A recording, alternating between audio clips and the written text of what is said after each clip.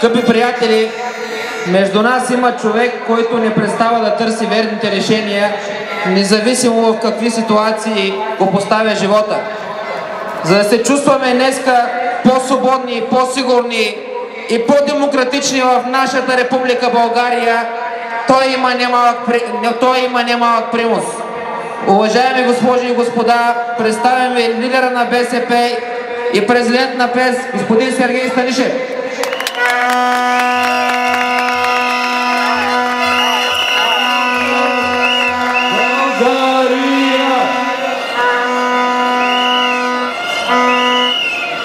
Скъпи приятели, съотечественици, днес всички ние, над 60 000 български граждани, сме тук в София, на Орлов мост, защото сме водени от чувство за тревога, за бъдещето на нашата страна, на нашата родина.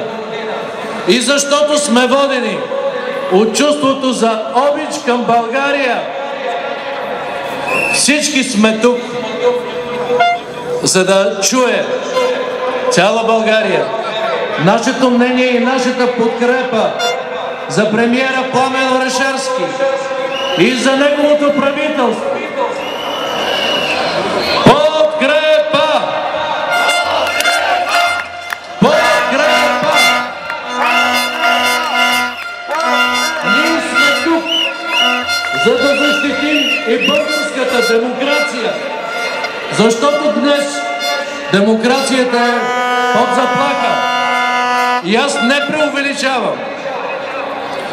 Вече 5 месеца минаха от парламентарните избори. Преди тях ние от БСП обещахме промяна. Обещахме да не допуснем Борисов отново на власт. И изпълнихме това обещание. Скъпи приятели, днес тук са членове и симпатизанти на двете водещи партии, които подкрепят кабинета. Ние, моята партия БСП, имаме историческа вина пред българските турци за възродителния процес, за насилствената смяна на имената и се извиняваме за това. Вие, членовете и симпатизантите на ДПС, понякога сте искали забрана на БСП, но днес сме тук, заедно с много други партии и организации от целия политически спектър, защото искаме да кажем, ние уважаваме всяко мнение, ние уважаваме и тези, които протестират срещу кабинета, но ние няма да допуснем шантаж, ултиматуми и няма да допуснем мутрите да се върнат на власт. Така ли е?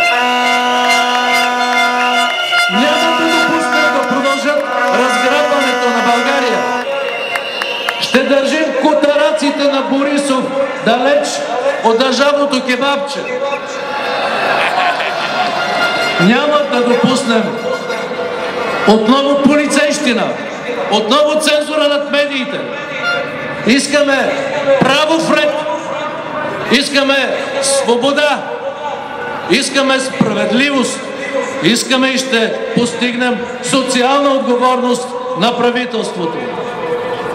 4 години държавата се управляваше от един лозунг. Всичко в името на човека, всичко за благото на човека. И знаем името на човека. Така ли е? Вече 5 месеца ежедневно ескалират напрежение, правят провокации с една единствена цел. Тези, които разрушиха институции, икономика, докараха хората до мизерия, да избягат от своята отговорност.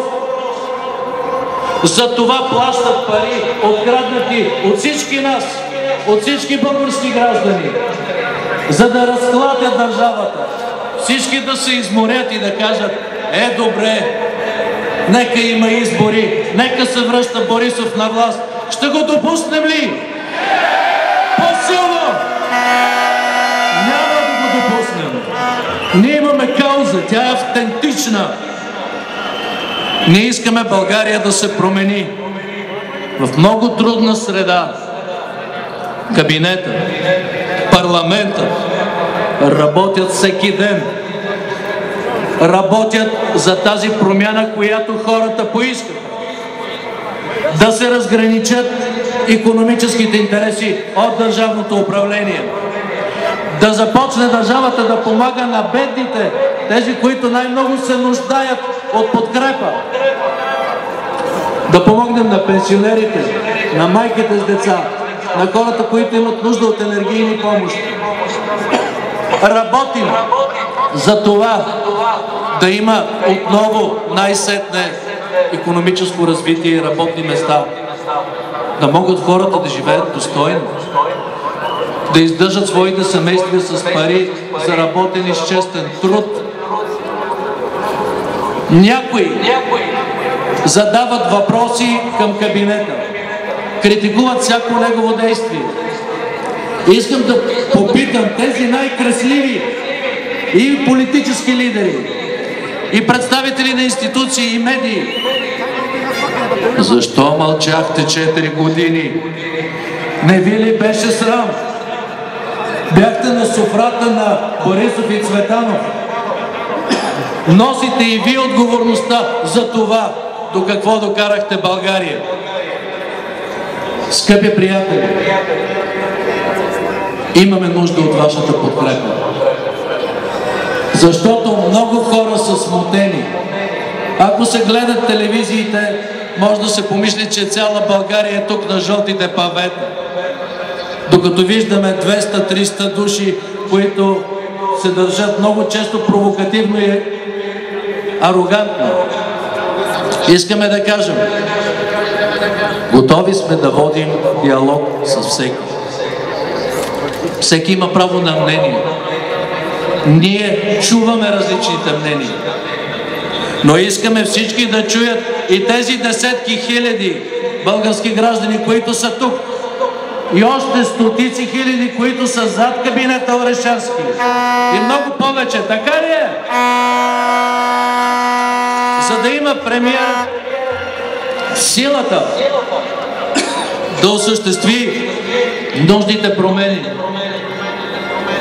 Той днес се нуждае от нашата подкрепа. Искам да му я дадем. Да заявим подкрепата за кабинета на Орешарски.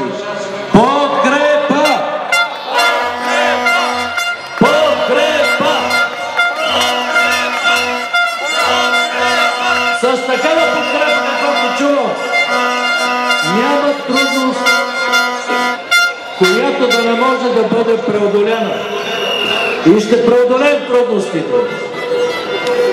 Искам много категорично да кажа пред вас. Дошли сме с мисия. Тази мисия ще бъде изпълнена благодарение на вас. Днес ни давате кураж. И всичко, което правим в тази трудна, разделена среда, правим в името на България. Нека го кажем на всички. България! България! И от името на ръководството на БСП искам да кажа на нашите симпатизанти. Няма да ви предадем. Няма да се изплашим. Няма да се огънем. Няма да ни купят. Няма да ни пречупят. Защото каузата ни е голяма.